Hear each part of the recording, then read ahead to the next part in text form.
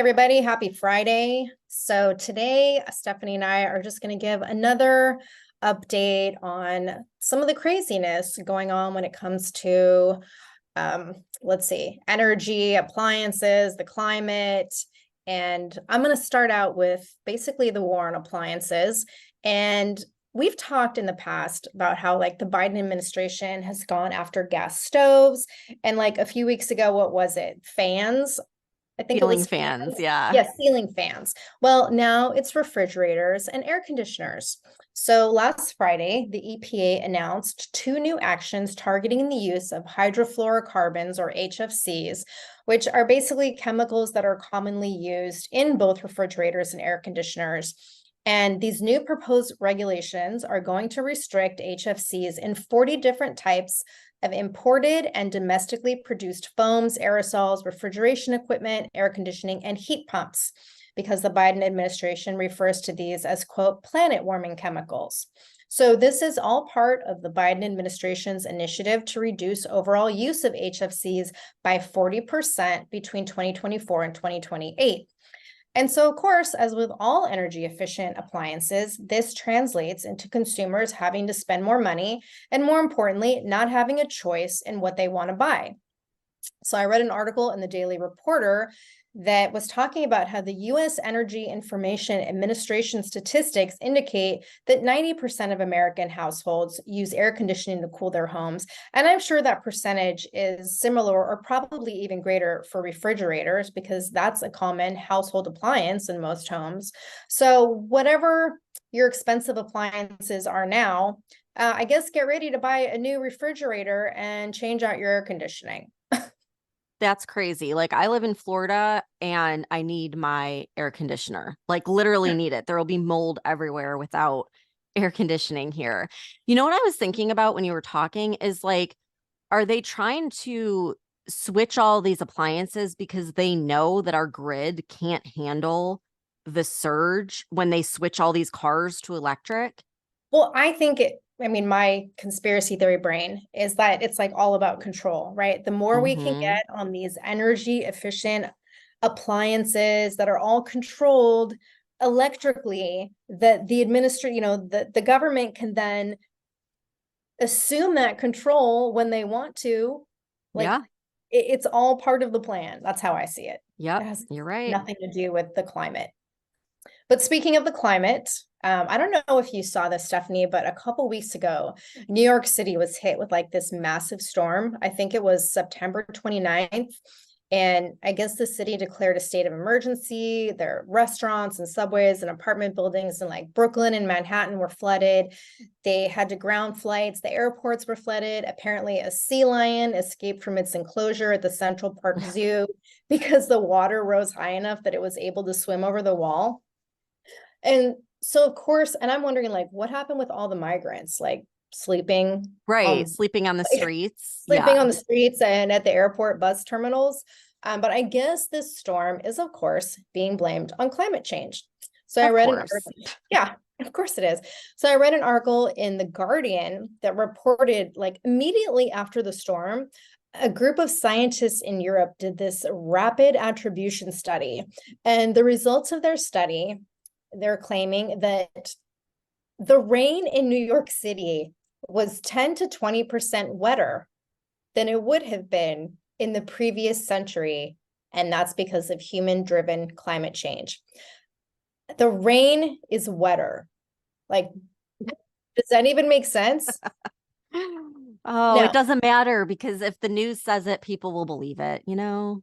Yeah, but once again, I'm going to go against the climate change narrative and bring up what I think is the real problem, which is overpopulation and building in flood zones. And we've talked about this in the past. But even CNN recently reported that there was a study published in this journal called Nature. It was reported last Wednesday. And the study like looked at building between 1985 and 2015, and there was an increase in urbanization by 85%. That's a fucking shit ton. And the number of settlements, and when they use the term settlements, they're referring to anything from small villages to like mega cities. And they were saying the number of settlements with the highest flood exposure increased by 122%. Wow. Well, what I'm more concerned about than the rain is just human beings in general and how stupid people are getting, because the subway system was like flooded. There, I mean, there was water coming through the walls, like gushing Mhm. through the walls, and there were still people getting on the subway to go ride. I mean, it's electric and there's water and there I'm just like, okay, this is more concerning to me than like anything else. Like what happened to common sense, you know? And then I Yeah. had to laugh because some guy posted a video and he's like, I just love New Yorkers. He's like, we always find solutions.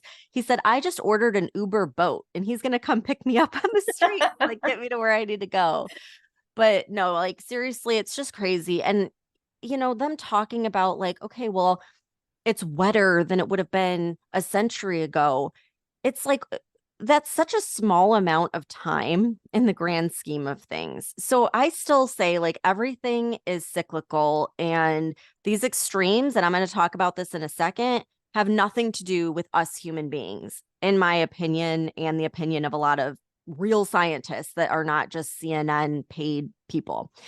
So I actually came across this meteorologist. His name is Joe Bastardi, and he was explaining that the warming that we're experiencing is not the result of human beings using, things that emit CO2. It's the result of undersea volcanoes erupting and releasing an immense amount of heat into the water and atmosphere.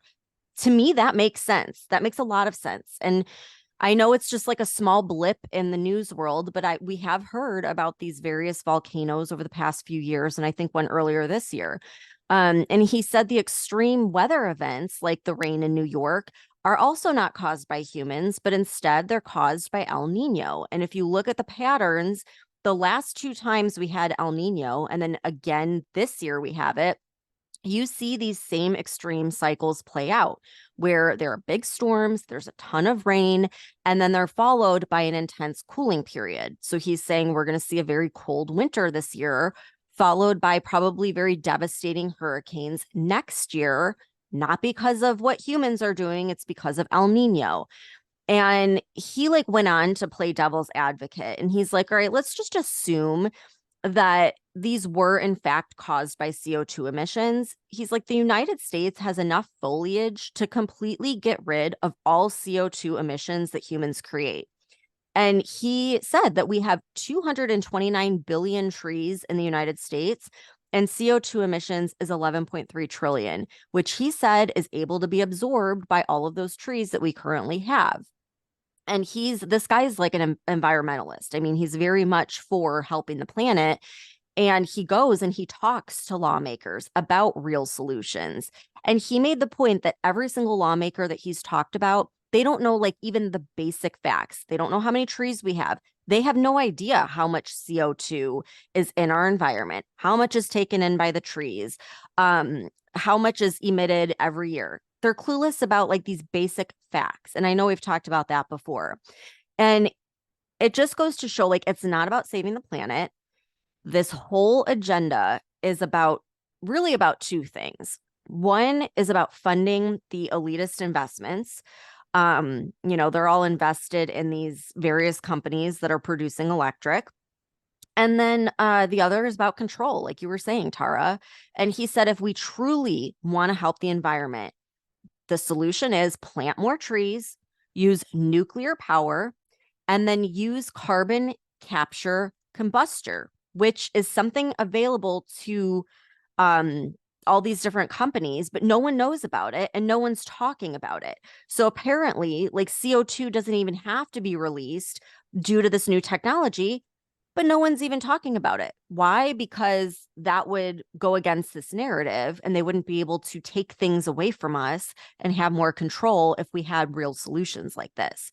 So I want to know, like, all of these activists and environmentalists, where are they and why aren't they talking about these simple things that could be done, like planting more trees? And like, why electric and not nuclear?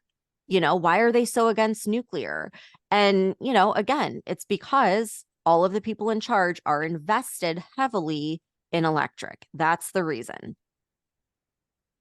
Yeah, you were 100% correct there. And on top of that, climate change deniers, like myself, are now being deemed as threats to humanity. And it's possible that we could be facing criminal charges. And I'm going to try to play this clip, and I'm going to hope I can with my shitty internet connection, but let's see what happens. Punish people who reject narratives on climate change. People who don't believe in the concept are being labeled as threats to humanity. And proposals on what to do with them include censorship or worse. Here to speak with us about this is James Gorey, Epoch Times contributor and author of The China Crisis. Hey, James, thanks for being here. How you doing, Josh? Nice to be here. Doing well. So, UNESCO is saying that postercide is a morally required response to human-induced climate change. I've never heard of postercide. What is that? I hadn't either. I have to confess. I had to look it up, actually. Apparently, it's the justified, the side part means killing. So it's the justified homicide, or at least some kind of persecution of someone who speaks contrary to the settled science of climate change. It's crazy, but that's what's coming out of UNESCO. Well, I mean, that's pretty crazy. I mean, so what are they actually suggesting should be done to people? I mean, we've heard of censorship. I think we're at the censorship stage now pretty much globally. If you question the climate change narrative, they're going to push you at least off social media. But what else are they suggesting? Where do you think this is heading? Yeah, they're suggesting jail terms. They're suggesting demonetization, lack of careers, taking you out of your job, taking you out of your career. It started from actions, and now they've gone to words, and now they're thinking of thinking, of monitoring your thoughts, and so it's a specialized language, Joshua. Let's create a new language like the postercide and the Anthropocene, or however that might be pronounced, to kind of denote an expertise or an exclusivity that doesn't really exist, but it gives it that patina of something new and different and more intelligent than you or I. So it kind of has that. It's ridiculous to the point of very dangerous. Well, I mean, people really wonder, does UNESCO have... Okay, so I'm not going to keep continuing that clip, but you got the point, right? That's terrifying. Right, exactly. And what's even more terrifying is that now you have the Pope, who is like on board with this whole thing. He gave a press conference on October 5th at the Vatican. And during that press conference, he basically warned that mankind is on the verge of destroying its own conditions of existence. He blamed the United States for disproportionately causing emissions that are driving global warming. And people are referring to his speech as prophecy. And so this is all happening ahead of the UN's upcoming COP28 climate summit, which is going to be taking place in Dubai next month. And it's expected that there's going to be 197 countries present. And what is the whole focus of that going to be? Climate change. Climate change. And how they can lock us down and control us all in the name of climate change. That's great. Yeah. That's great. Yeah. Wow. Well, what I don't understand, and with the Pope's speech as well, is why aren't they addressing the real threats to humanity in our world, which are people that are encouraging and funding these wars? The biggest CO2 emissions release ever was when the Nord Stream 2 pipeline exploded. And evidence points to the US being behind that. So the same people that are all high and mighty trying to ban refrigerators and gas cars and ceiling fans in the name of climate change are funding these wars where bombs are being ignited left and right. And somehow that's okay, but a gas car is not okay. You know what I mean? It's when are people going to wake up and realize this is all about power and control? Well, just like it's okay to take your private jet to the climate change conference, but we're going to restrict normal people from traveling on, domestic flights. Yep. It's all about the rich getting richer. And if we don't have cars and common appliances, it's easier for them to convince us to move into their 15-minute cities where we have everything we need and everything's so close and convenient. We don't need to travel. Like, it's all part of this insane plan to control the masses. Yeah. And then meanwhile, you have the climate activist wackos that are out in full force, and especially in Europe, which I find very interesting now. So you had German activists that blocked traffic in front of the Brandenburg Gate in Berlin with bales of hay and straw last week. At the same time in London, you had a group of climate activists that stormed the stage of a West End production of Les Miserables on Wednesday. And they had like these giant banners saying the show can't go on. And they used bicycle locks to secure themselves to set pieces during the show. So obviously they had to like stop the show. And then in Portugal, you had climate activists on Tuesday who tried to block a highway.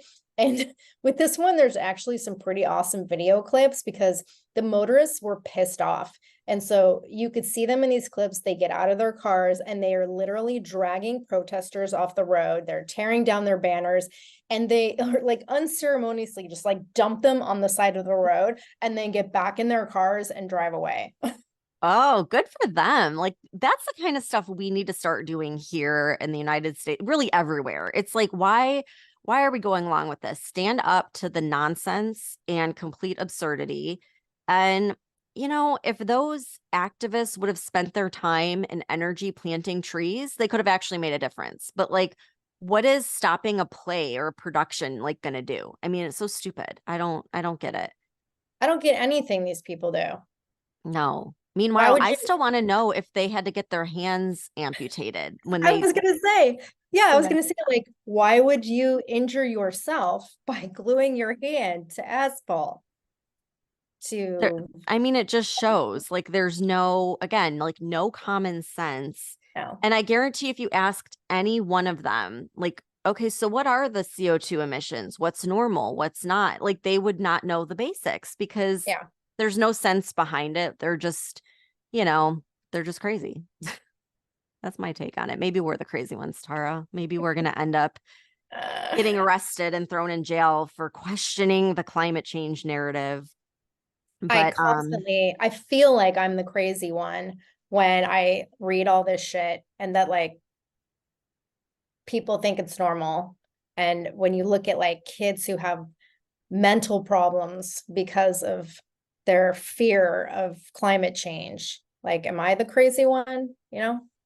well, instead of like calling us crazy or conspiracy theorists, like, how about just look into it? Just spend 5 minutes doing like the smallest amount of research. I don't get it, but that's the world we're living in. Like, people are just going to believe it because they hear it all the time. It's that whole classical conditioning, like Pavlov's dog. Like, that's what we're at that point now where people just don't use common sense and research and judgment anymore. And it's pretty scary.